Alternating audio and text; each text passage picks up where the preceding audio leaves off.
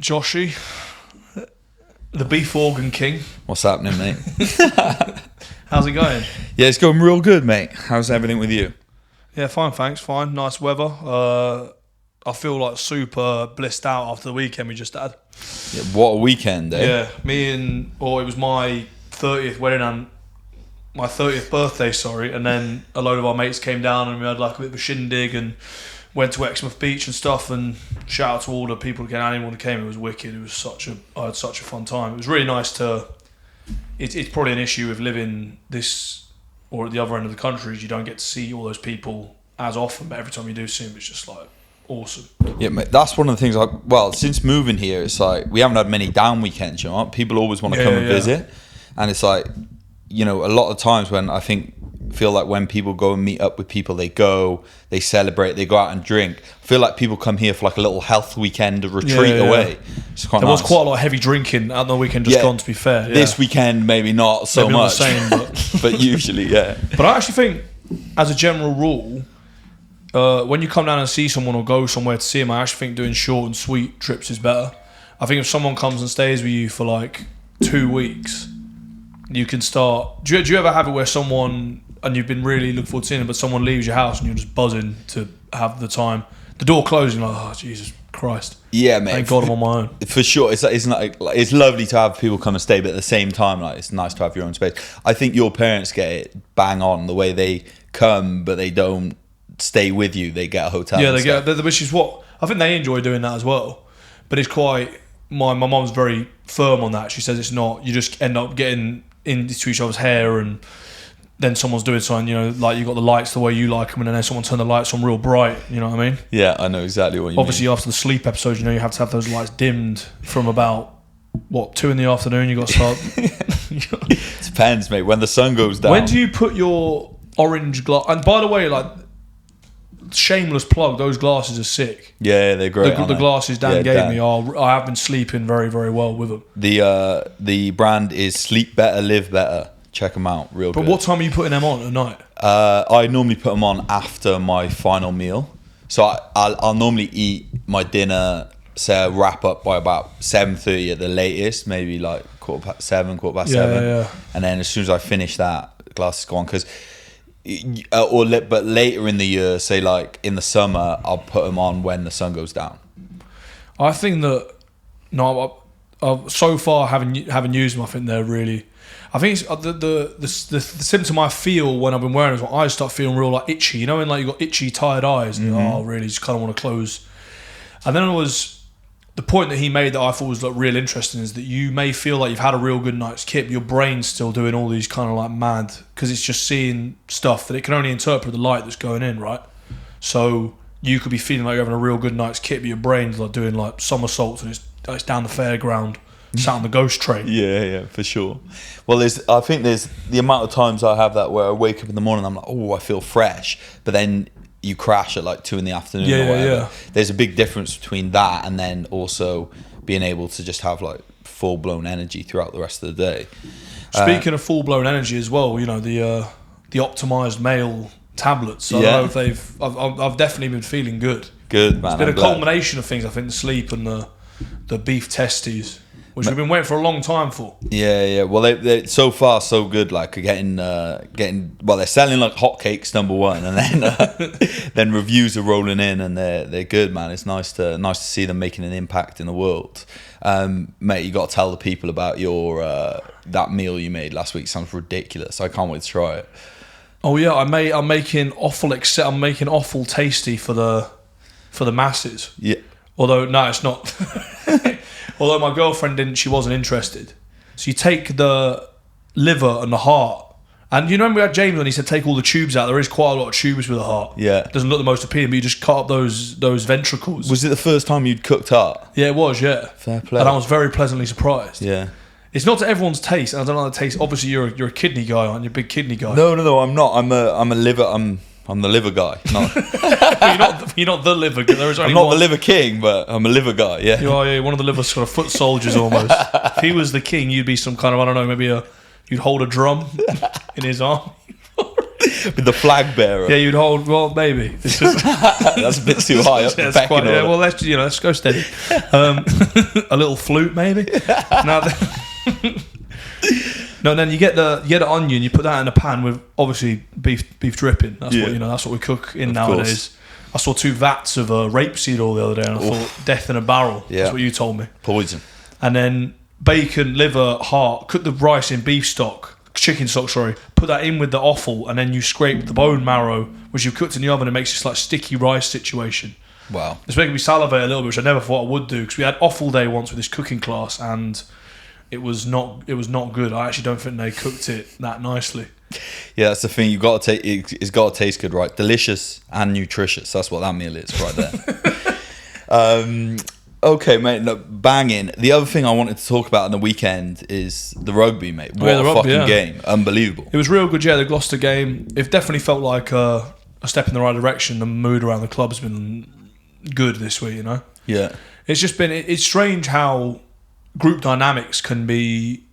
Everyone can be feeling real down about themselves, and it can just take one thing or one like series or a good game, or like you all have a good training week, or you all air some stuff out and say stuff with everyone. The whole atmosphere changes so quickly. Was there something like? Was there a turning point in the like training week going into that game, or was it the game itself? I think it was. Well, we had the Irish game, which was terrible, and then it was a short turnaround into the Gloucester game. So we only had 2 main training days, so it had to be real short and sharp. And I think it was. The sessions were really punchy.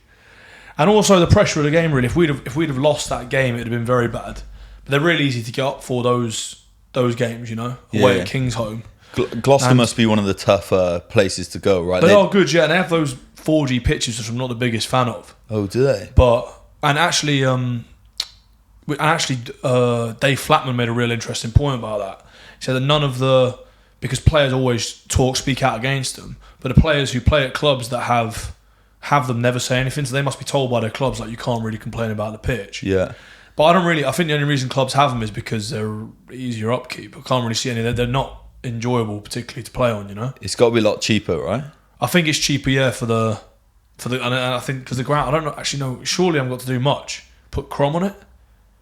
Did you ever train on the crumb? You train on the crumb? Yeah, we used to. There was a rubber crumb at Hartpury. But it was like one of the older. They put newer ones in as I was leaving, I think. But it was like the old school rubber crumbs, Well, that's when you got struck by lightning, wasn't it? Well, no, I was on the grass next to the rubber crumb when that happened. Yeah. But they're brutal. They're like, and obviously I had knee problems, so like running on hard ground like that, it's much easier to run on the grass. Yeah, I think that's the lads who have issues, especially with patellar tendons. They generally try and keep off them. I can see why when you get like real bad grazes and stuff like that, it feels all right when you start running on it, like you actually feel quite quick and that. But this week I've definitely noticed more systemic inflammation, I'd say. On my lower back and my ankles, my feet, all that kind of thing. Yeah, well, it makes sense, right? Your jaw is like a harder surface. Every time you're taking a step, it's jarring through your posterior chain wall. Yeah. Do you notice a difference when you're scrummaging on there? Well, sort of. My studs, you get real good perch in the ground. My studs are all bent in like real like jaunty angles at the bottom of the boot. When I come back, it actually kind of ruined my boots a little bit, which I was a little bit upset about. I think you got to wear smaller studs, but I wear obviously, the long ones. You know about them. Yeah, of course. No, but you were a blades man, weren't you? Yeah, Preds, mate. What? No, we used to do those at Loughborough. We used to do contact on the crumb. Contact corner. Yeah. Rank. Yeah, sessions. They used to do a drill where they'd hold the pad around a low tackle, where you'd hold the pad around your legs and then you tackle the guy with the pad. It was like the leg breaker. I can't remember that drill. The gauntlet was the gauntlet. Yeah, fucking hell. People who don't know, Rob, when Josh used to play, we used to do a gauntlet, a tackle gauntlet, and he was sort of the uncrowned or the crowned prince of the gauntlet. No, it wasn't. Never once tackled. I was just trying to. I would just put my hand up to go in as much as possible, so I get selected on the weekend. That was the thing. No, you got to make don't you know? Let's not be fatally modest, mate. Let's. So yeah, about going back to the game actually. Yeah, sorry, like I got sidetracked there. It was an absolute. I thought like the whole team. It was a really good team performance, but particularly the front row, mate. You boys had a stormer. You, Alec, and Jack Yenda obviously got the man of the match. It was fucking. Yeah, class. he was, mate. He's such a grafter, Jack Yenda. Probably one of the hardest working professionals I've played with, I'd say. Because he's club captain, and his attitude is, you know, you sort of it's one style of leadership, I suppose, isn't it? Is you lead by example and put in like mad work and that, which he does do the whole time. It was the thing about it is generally when people are enjoying stuff, the results tend to follow, and I think there was genuinely a feeling of it was nerve wracking and there was a lot of pressure on the game and we had to have a result, but there was a lot of enjoyment there. And you definitely feel that, and I think that's one thing that I will, when I finish playing, I always sort of think there's like you have these sick experiences and you have these massive games and stuff like that, but the thing you'll miss is, so that weekend we went away on the Thursday for this trip up and we're staying in the hotel and we went to Cheltenham for a coffee and all the lads are together. Yeah.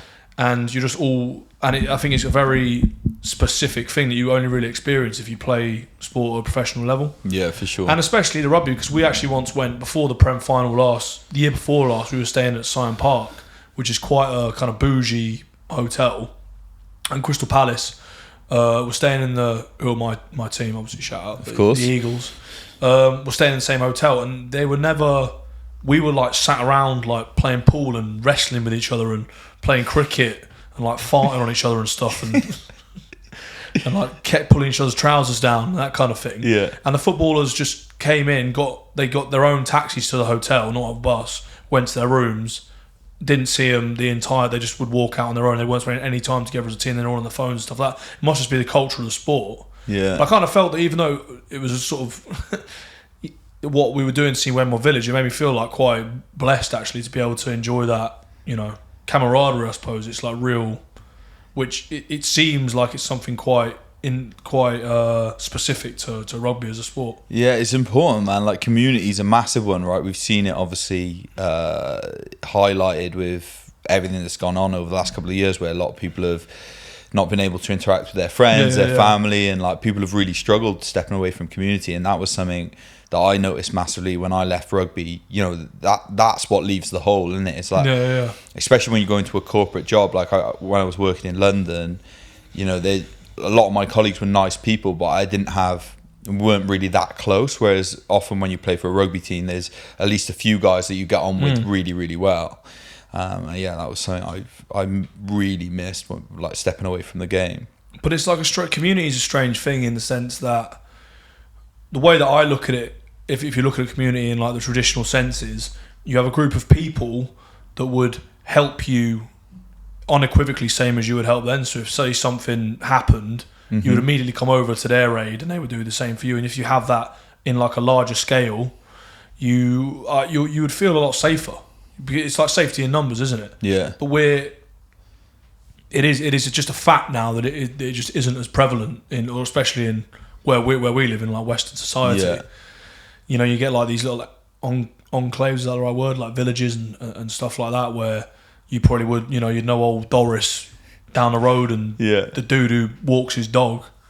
But speaking of that, there's actually someone who lets their dog shit in my front garden. I was like, well, it's the neighbourhood, motherfucker. And I was like, you can't do, this isn't, you know, that's not community, is it? Where in your garden? It's not exactly the most... On the shingle.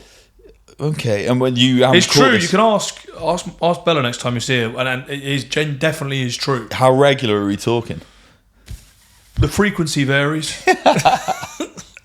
But for a while it was real. For a while I was like, have I done something to upset someone on the road? And I was like,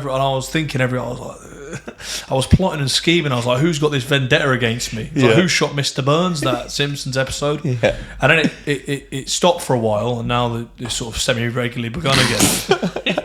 So I don't know what Mate, you want to get a little camera up, check out who it is? There actually are cameras at the gap, but they're not... they are actually fully functional, so... So everyone better be careful. If you're watching the mysterious... There are fully functional cameras. No, But on that community point, actually, I just wanted to say something. It's like that felt weird because like coming from where I grew up in Wales, I don't know whether it's like a Welsh cultural thing or the fact that I lived on like a little estate or whatever, but we kind of knew a lot of people that were on the estate where we grew up. And I knew all the neighbours' kids. We used to all play out in the street, and I had like a real nice upbringing in that regard, and in like other regards as well. But like that was really a real cool thing that we had going on. And then you kind of I went away to Hartpury College, same thing. You're living in a dorm with like 20 other guys, and you're all playing rugby together. And then you go to uni, same thing again. Halls and then houses. And then when I got to London, it's like all of a sudden you're surrounded by more people than you've ever been surrounded by in your life, yet nobody. Like your nearest mate is a 40-minute tube away. It's just a bizarre thing, isn't it, how there's more people yet less community. That is actually a real good point. And the concentration of people is so high. I actually always thought, sorry, going back to the Hartpury point, I always thought it is very young that to go and live, because you're basically left to your own devices, aren't you? You're 16, put in these dorms, like, crack on. Yeah, it's chaos, mate. Absolute chaos. Because that is young to be doing that. Because that's not like boarding school. That's like you are going out on the piss. You can come and go as you please. Yeah, it's less. So like boarding school. So when I was doing the whole gonna go away to college, I did like trials at Millfield and Colston and stuff, and when I stayed for a few days and see if I was gonna go there, and they've got like boarding houses, but they've got a boarding master. They do prep in the evening where you do your homework and everything. It's very sort of like private school. And then Hartpury's just like free reign. You basically go to uni 2 years early. And I think like being let off the leash at 18, especially as a young man, I know I'm generalizing here, but I was an idiot. And I think like most young men at that age, you're literally an idiot, right? And at 16, you're even more of an idiot. So we were causing chaos in those dorms. But you'd been 50 when you like initially went, and you're old in the year, right? Your September birthday. Yeah, it was September. No, I think I could be wrong. Because that year 11, you start your 15 when you start a year. Year 11. No, but isn't it year sixth forms? Year 12 and 13. You're right. You would have been 16. Yeah, sorry, I think it was 16 because I'd played like Blues under 16s, and then I went over to there. But it's chaos, and it was ridiculous, mate. We had a fob system, so you had like a little fob on your thing, and there was a curfew for anyone that was in the college. So if you're like below 18, or it wasn't even actually after you turned 18, your fob like became deactivated. But if you were below 18, you had to fob into your block before 11. What is fob, by the way? So it's like a little thing that you had on you attached your keys. Yeah. And there would be like a sensor on the door, and you had to flash it over the sensor to show that you'd gone into the house. And it also carried credit on it, so you could top up your credit and you could pay for your lunch and stuff. Jacket potato and cheese. Beans and cheese, of course, or tuna and etc. Anyway, I used to, but it was just the most budget system in the world, because you could literally just fob in, but then not go in. And it was like you had to be so dumb to get caught, because if you didn't fob in, then there was wardens that were usually like university students that would come round and check that you were in your room. Yeah. But obviously, if you could literally just fob in and not go into the building, and then no one would come and check. That's a massive discrepancy in that system. So you could beep your card, and then you didn't have to. Then it wasn't activated by the door opening. You could just leave. Yeah, you didn't even have to open the door. And you could. Yeah, and it just looked like you'd gone in. And go to wherever you wanted to. Yeah, and I imagine you did go many places. Cause mayhem. So exactly, yeah. The system, you could like we didn't used to do it often, but like on a Wednesday, we'd play on a Wednesday, and then we'd go out into the town on the Wednesday evening. It would be because all the uni would play, because Hartpury had the team in the national league, same as Loughborough, but they used to have a Bucks 1 team, same setup. So like all the Bucks 1 players, after they played, they'd all go out on a Wednesday. We'd like go out with all of them, and especially when you get into the second year of college, obviously a lot of the boys that you've played with when you were in the first year and they were in the second year, they're now in university. So it's like it's the community. It's the community. You're just going out. What did you do for your ID situation? I had a fake ID of a guy that looked absolutely nothing like me, and it didn't once fail me. I had one time. This was I don't know if I'd have been like 16 or just 17. We went to Fabric in London. Yeah, and unbelievable club. Yeah, sick club, by the way. and I was stumped for a fake ID because my connect was using it or whatever. So I printed out on my printer a copy of my passport and cut out with a Stanley blade a 0 and put it over the 1 on my name to make it into a 0. So I appeared 18, and I actually did quite a sick job of it and got in. And my friend did the same thing, did a terrible job, and the bouncer took his passport and then just and I was just like, oh my! And I'm thinking now, like, you can't just take someone's passport. Yeah, that's not. It's quite a. Well, he just removed it. Like he was like, "This is mine." Now. So I had mine. I was the canary in the coal mine. He looked at it, closed it, gave it back to me. I was like, "Oh, here we go." Like I'm going in this, and it looked like it was going off. It looked really fun. Mate behind me gave him the thing, and I did actually think, to be honest with you, on the journey over, he's done quite a shitter job than I have on mine. Mine was it wasn't like MI5 level, but it was decent. And his they looked at it, and he just took it, put it in his pocket, took the little cord, and just. And we did say when we were going in, we said this is like pirate's code. If you don't get in, then the other person doesn't have to leave. So were you out on your ones? No. There was a group of. So we were in the first year of sixth form, and there was a group of lads who were all like just turned 18. I think that was one of the lads' 18th birthday. Yeah, there was a group of like 6 lads. A lot of them were out in like blazers and t-shirts was the look of the time, and those real low cut. You know, those real low cut t-shirts, All Saints. Yeah. I've never worn one to this. You wear those too. Yeah, I've worn one a few times. Those upper inner pecs. Yeah, regretted it immediately. Yeah. But no, that was because that used to be an actual like real prevalent issue, and now no one.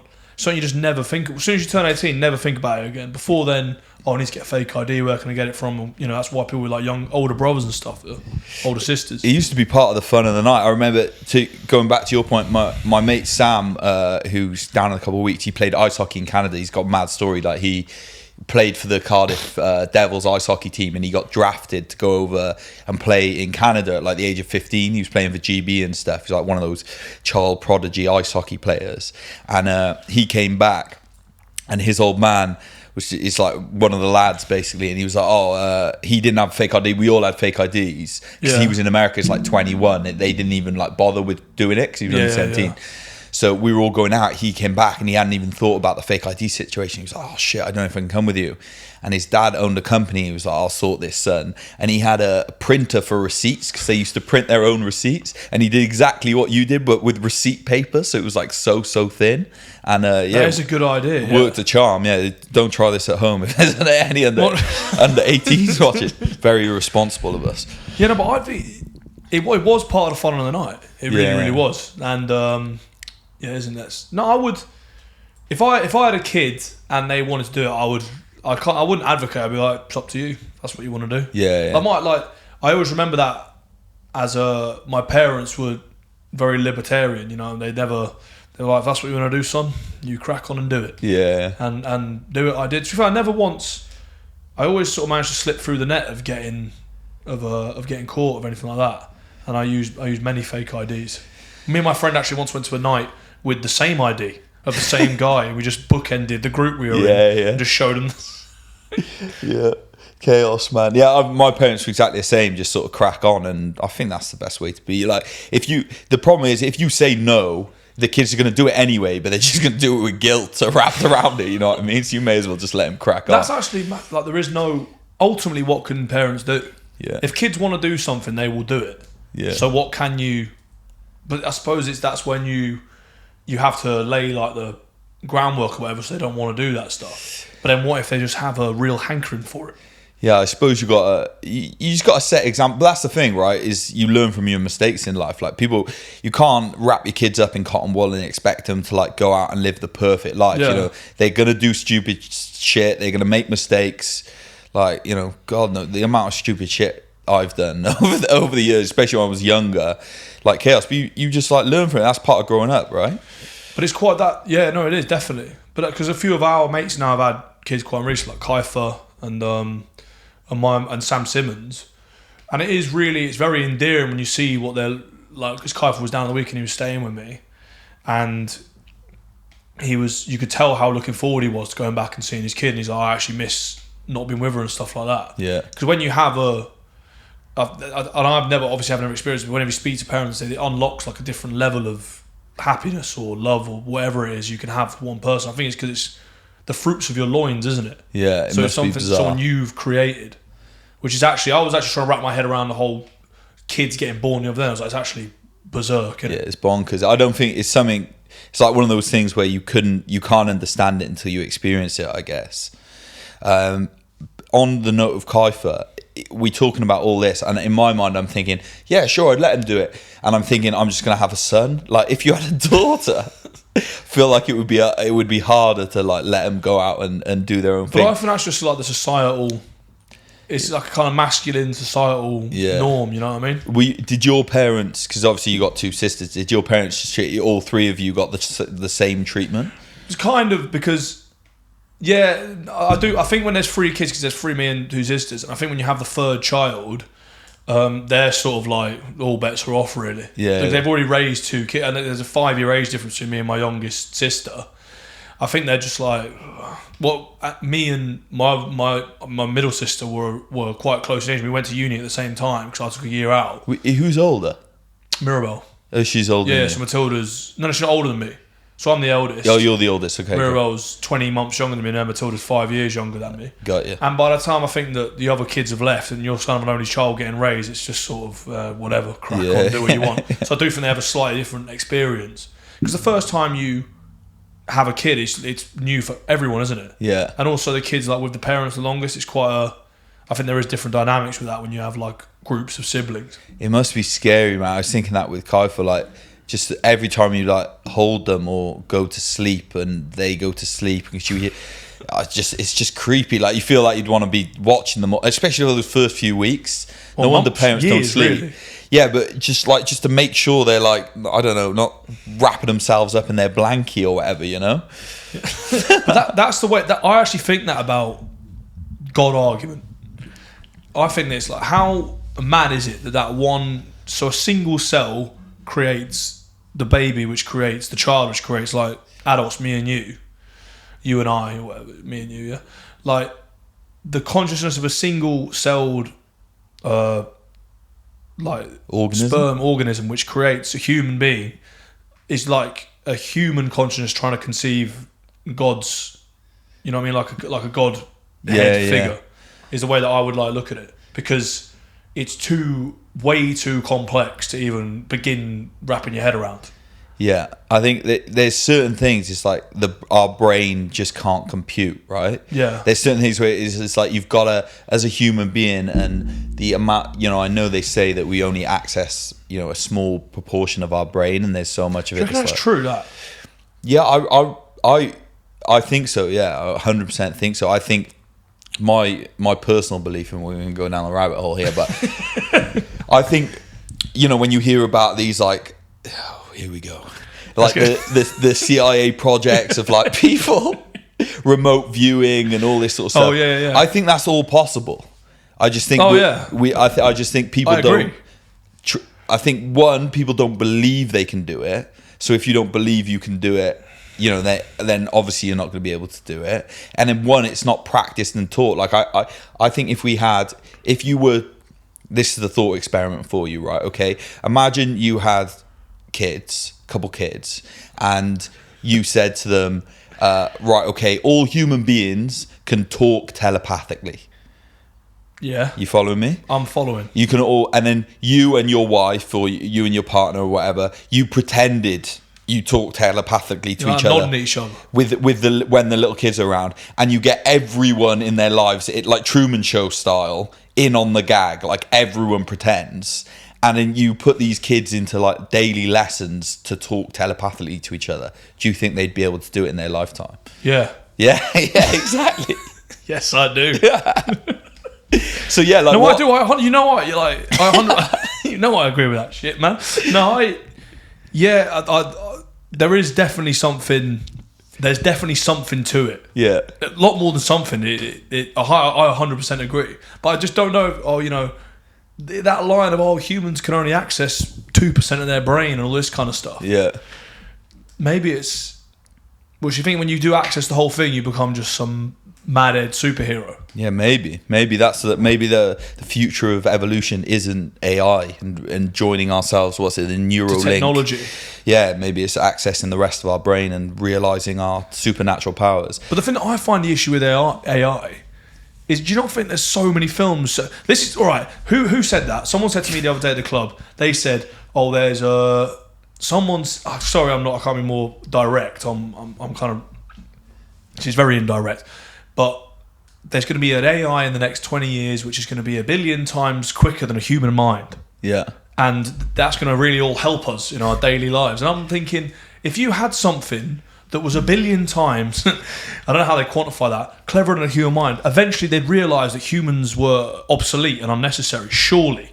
Yeah, well, this is the argument. I've heard do you ever watch any of Lex Friedman's stuff? I've seen him on Rogan, I think. He's some of the podcasts he does are really interesting, and one of his sort of hot topics, which is on his mind a lot at the moment, is the whole idea of AI, and he talks about that like it seems we're heading in that direction, right? There's a lot of research being developed into how we can combine the human consciousness, or how we can enhance human beings through technology, but not just technological devices which are separate to us, but technological devices that can actually plug into us, so we become some kind of human hybrid robot. Yeah.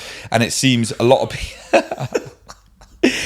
people think it sounds ridiculous, but this stuff is happening. You know, they're investing billions and billions of dollars into this sort of research. But one of the points Lex made was that no one seems to be talking about the consciousness of these beings that we're creating. You know what I mean? It's like they're creating them, and there's almost a race to see who can make the best without any thought about, you know, how they're going to the consequences. Very like short-term thinking, who can create the best thing to make the most money, as opposed to what ramifications this can have for humankind. But surely the idea of artificial intelligence, because this is only my surmising on it, is I see benevolence as quite a human trait.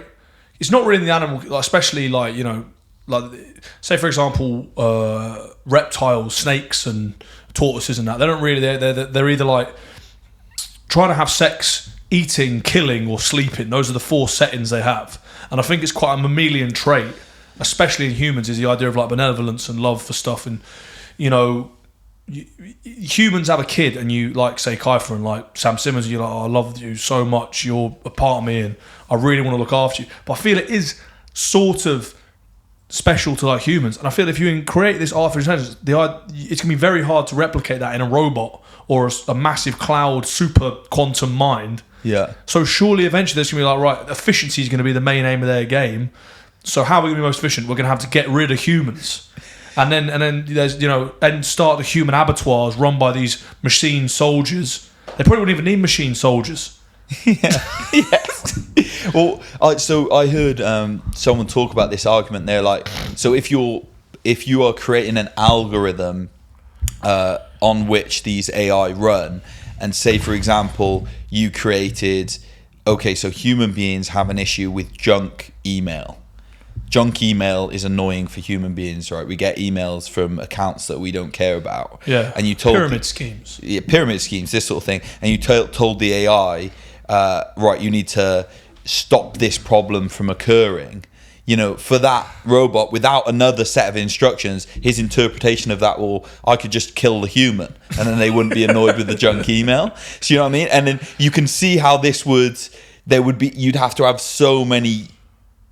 You'd have to think about this from so many different angles to stop something from going wrong. Which is very if there's a normal, or you say normal function, what we deem to be a normal functioning human mind, you think about the ramifications of stuff like that. Is you want to preserve life and still want to have a good time and all that kind of thing. Not just, right, I need no junk emails, therefore no emails, therefore no human. And it would be very, very cut and dry. But that's what it seems so sci-fi when you speak to people about it. But I'm like, it literally is happening. Well, it's Terminator, right? That's the Terminator movie. We're all going to be living in underground bases with dogs. They're the only way we can identify the robot cyborgs, which are wearing human skin. God, scary. Mate, dogs. What is it about dogs? because they know what's going on. You take a dog to a haunted house and it's barking, it's running around in a circle, it's like scared. The dogs, for some reason, can see into the shadow realm, into the nether. Yeah, well, this is like I heard Russell Brand make this point where he's like, okay, so the internet. All human beings know that the internet exists, right? Yeah. Wireless internet. So we can turn our computer on, we log onto the internet, we're on Instagram or Google or whatever, or DuckDuckGo actually, more. Stop Google. But yeah, we do that and we know what's happening. We know it's the Wi-Fi. We know what's up, yeah. But our pet dog sat at our feet has no idea about that. They've got no idea that this thing exists. They're completely oblivious. Well, what is it that they're tuning into that we're completely oblivious to? And maybe we can access that if we get the rest of our brains going, and going back to our earlier discussion. Because this is what I thought would be a real cool invention. What if you could, with your mind, put on goggles so you could see things through the eyes of different animals and like a baby and stuff? That would be insane, yeah. Because when I see a tiny little baby, their eyes are all like, they're black and they haven't, because you only get eye colours like weeks in, and they're like real like spaced out, and I just wonder like, what are you looking? I reckon they just see like these little kaleidoscope situation of colours, but imagine if you put it on with the dog's eyes, and then you just see some mad demon stood in the corner. Yeah, like how scary would that be? Yeah. And you take them off, and you're like, oh Christ, and you can't see it there, but you know it's in the house. What'd you do? Yeah, that's sage. Yeah, sage. Lots of sage. And get some sort of shaman around to banish them from your home. But what is horseshoe above the door? That's another one. What is that? Does that invite the demons in? No. I think that's something to warn them away. I've heard that from somewhere. What is it about? Why do they not like sage? These demons. I don't know. I know sage is a antimicrobial. It can help with balancing out your gut bacteria. Maybe something to do with that. I don't know.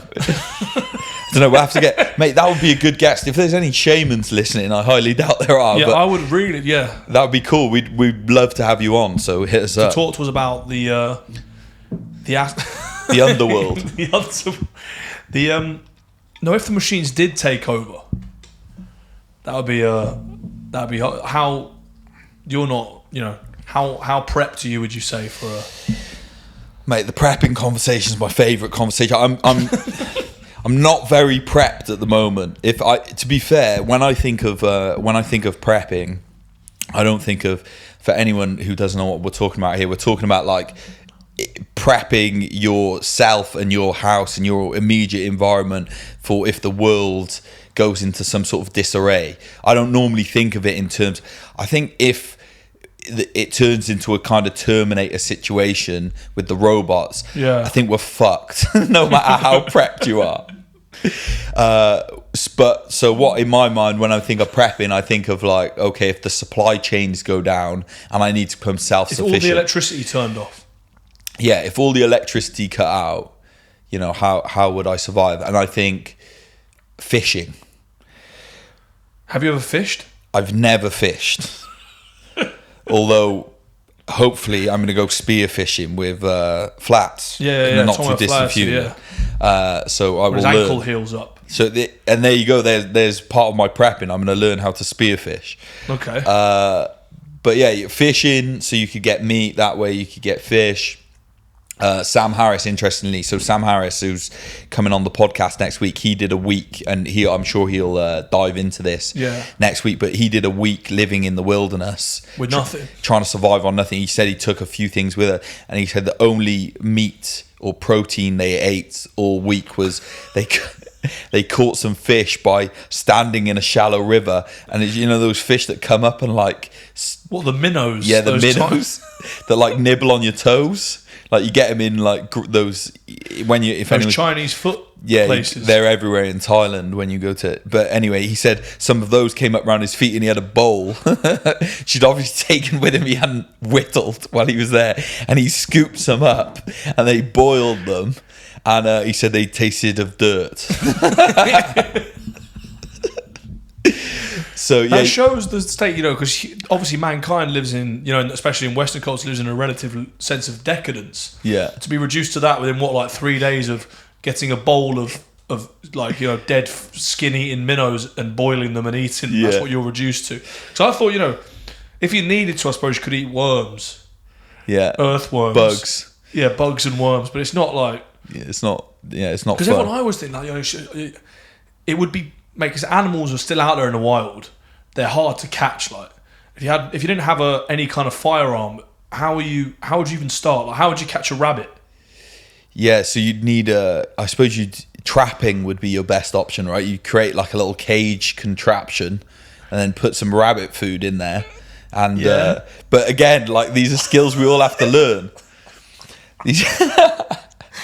You want to tell me you're going to, after you've whittled the fish catching bowl, you're going to whittle a rabbit cage? Yeah, that's the plan. I listened actually. I'll tell you what I could do. You could get good with a catapult and hit him in the head with a stone. Yeah, that would be, or you could whittle yourself a spear, but that would be difficult, I guess. Yeah. I was actually thinking about this. So when Iz and I went and stayed on that farm in Cornwall the other weekend, I went for a walk one morning early, and I was just kind of wandering around, and I was having this. I was imagining what it would be like, this scenario in my head. And I was like, what would I do if I was living out here? And the easiest thing to catch would be squirrels. They're everywhere. If you had a bow and arrow or a crossbow. Yeah, like a Daryl in The Walking Dead. You could, I've never watched Walking Dead, but yeah, if he has a crossbow, exactly like that. Like a automatic crossbow. Yeah, that would be perfect. You could easily catch some squirrels because they hang around. They don't care. They're not scared off. But would you be alright eating a squirrel? I think if I was hungry, I'd eat a squirrel. Would you eat a rat? If I was hungry enough, I'd eat a rat, yeah. You'd eat a sewer rat. Surely that'd upset your gut microbiome. Yeah, I think if you were hungry enough, if you're talking about survival here, yeah, you'd eat one. But I think you'd be alright. You could catch fish. You'd maybe be able to gather up a troop of other people where you can maybe get some bigger game. You could hunt down some cattle or something. I suppose, I think Dartmoor would get mined out quick, those big horned, but I suppose you got a lot of meat there with the... Yeah, but then no method by which to preserve it. Yeah. This be the issue. So maybe you'd have to just take the buffalo as some sort of pet and then milk him, even though it's a bloke. Yeah, but this is... I was having this conversation with Dan, actually, because we went up to Dartmoor with Dan, who's going to be on the podcast the week before this one releases, and he was talking about like humankind and for how much gains we've made in terms of intelligence. You know, we can all use, you know, your average 6-year-old can use an iPad at pro level. You know, they're black belt on an iPad by the time they're 6 years old. But yet, all these skills as human beings, we would have, for the vast majority of existence, we would have had to have a wide variety of skills. You would have had to been able to hunt, forage. You would have had to known which plants were poisonous, which we've been picking. We got an app, I can't remember what it's called, but it identifies mushrooms. Mm-hmm. And I've been using it to take pictures of the mushrooms. It tells you what the mushroom is, like everywhere we go. And basically all of them are poisonous. Like you very rarely come across one which is edible. So you would have had to know that. You would have had to know how to fish. You would have had to know how to make a fire, make a hut. Keep yourself warm and clean. Keep yourself warm, clean, all that stuff. You would have had to know so much stuff that the average human has no idea about. And that's something I really want to educate myself. I want to go on some courses so I can learn how to do these things. Where do you learn such things? So you can do them out on Dartmoor. There's people that we were looking at, actually for Izzy's birthday, we were looking at maybe doing a course which is like a survivalist course. They teach you how to light a fire naturally. Sounds really fun. Yeah, we were going to... You're invited, actually, if you want to come. Probably not the right place. No, that sounds really fun. Yeah. Dartmoor seems like it would be a good spot to head to. Yeah, for sure. But then the thing is, the moors are very unforgiving. So that's the thing, mate. You'd have to. We went camping that time back in. It'd be like a year and a bit ago. We went camping out on the moors, and it was like June, and it was a really, really nice day, and I was freezing cold, absolutely freezing cold. Yeah, and I was asleep on a rock. Half of my body. I don't think my back's ever been sorer. I think I slept for about like less than 10 minutes of the entire night. But I had no. It was very badly prepared me. I had a pillow and a blanket. Yeah, and we set the tent up on a rock. Like that was if you ever go camping, check the ground that it's soft before you set up your tent. That's the rule of. Because the issue was we'd set the tent up then, wasn't it? Yeah, and then but I say the issue was there was no issue for you. You weren't on the rock. I was the only one on the rock. Yeah, you were on the rock. To be fair, but yeah, it's not a good move. It would be hard, mate. It would be a very steep learning curve if all the power went down. And obviously you'd probably just stay in your house, right? Because it's warm. Yeah, you would, yeah. Unless the looting began. But then the looting would certainly begin. Yeah, and it got into like crazy zone. But that's why you need 2 machetes. Should we quickly talk about the UFC? yeah. On the subject of fighting for your life. Because if we were fighting for your life, the guy I want to have with me is Khamzat Chimaev. If anyone doesn't know who he is, look him up. Ridiculous performance. Absolutely. You know what the maddest thing is? So if you haven't gone and watched that fight, go watch the fight from Khamzat at the weekend. He basically just completely manhandled his opponent, picked him up, carried him across the ring, and his priority during that time when he was carrying across the ring was talking to Dana White outside of the ring. The carrying, the manhandling was secondary to talking to Dana White outside the ring. Bonkers, mate. But how can it? Do you think how can you be that much? I just want to see him up against somebody who, because when you hear, and obviously he's a very polarising guy. When you hear Colby talking about him, Colby Covington. Are you a Colby fan, by the way? Like, what's your? I don't know. I don't hate on him as much as other people. Like, I think obviously he's just the world's biggest troll, and you can't get mad at it. It's just got to see the funny side in it, or just ignore him. Like, I don't think, because it sounds weird. Like, imagine he comes in and just does exactly the same thing to everyone. Anyone who's fought so far, and the guy who fought Li Jingling isn't. Yeah, he's no slouch. Isn't a bad fighter at all. Yeah, and he did that to him. So I just don't really. And also, you got to remember, and I was thinking about these guys is they are all still full time mixed martial artists. That they train their whole lives to try and beat this guy, and he walks him across the ring like he was a heavy suitcase. Yeah. I just don't know how one person so far seemingly is so much better than everyone else in the competition. It's crazy, and it would be interesting to see him fight Kamaru, or like you said, someone like in the top 5. Have you seen Kamaru Usman's called out Canelo for a boxing match? Yeah. I actually, after the second Masvidal fight, I kind of became a bit of a fan of Kamaru, because I'm like, this guy is obviously very, very good. Yeah, same. But you can't call out the Mexican cinnamon for a box. Surely you're getting smoked. Yeah. In a boxing match by Canelo. Yeah. So I actually felt quite bad, because I quite like Caleb Plant, the guy. Canelo's also fun at the weekend. Have you seen much of him? No. I quite like his. He's quite striking actually looking, but but on his, literally, if you go on his highlight reel, all the comments are just how he's going to get beaten by Canelo. Yeah. Even on the guy's highlight reel, people are commenting like this guy's going to get killed, and I just feel I kind of want to see him do well, but I'm also a big Canelo fan. Yeah, well, it'd be good to see a good fight, but a good showing of himself. Talking about other call-outs, you've seen Dan Hardy's called out Tyron Woodley. He's fighting him. Is it confirmed? Yeah. Yeah. I can't wait to see that. I think it's boxing though, right? Or is it mixed martial arts? I'm not sure, but either way, excited to see it. Yeah. I didn't used to be a big fan of Hardy, but I think his commentary and what's called War Room his channel on or his videos on YouTube are really good. Yeah. It's quite bizarre. They're both pushing 40. I think Tyron Woodley is 40. It'd be interesting as well, because obviously how it all started, the beef was Dan Hardy made the point that he thought, Tyron's fighting scared, which I would tend to agree with him. It looks like the last few of his fights, he just hasn't turned up at all. He's just frozen in the ring. And then Dan saying, basically, if anything, it's going to bring Tyron out of basically retirement and get him to start banging again. It's going to be someone giving him that sort of abuse. So I'm excited to see it. I'll pay to watch that fight. Who would you put your money on? I'd put my money on Dan. I know he hasn't fought in ages, but again, unless Tyron changes something dramatically, I can't. It just looks like he doesn't want to be in there. Yeah. It seems crazy to me. It's like he's freezing. I watched the highlights. Couldn't watch the whole Jake Paul Woodley fight. Boring, mate. Yeah, it was boring. That'd be another interesting fight. I know we're bouncing around here, but Jake Paul, Tommy Fury. Yeah, and you've seen he's got Tyson in his corner. Oh yeah. Tyson's flying out to Vegas in the next few weeks. Something he's going to. When is that fight scheduled for? I think it's December.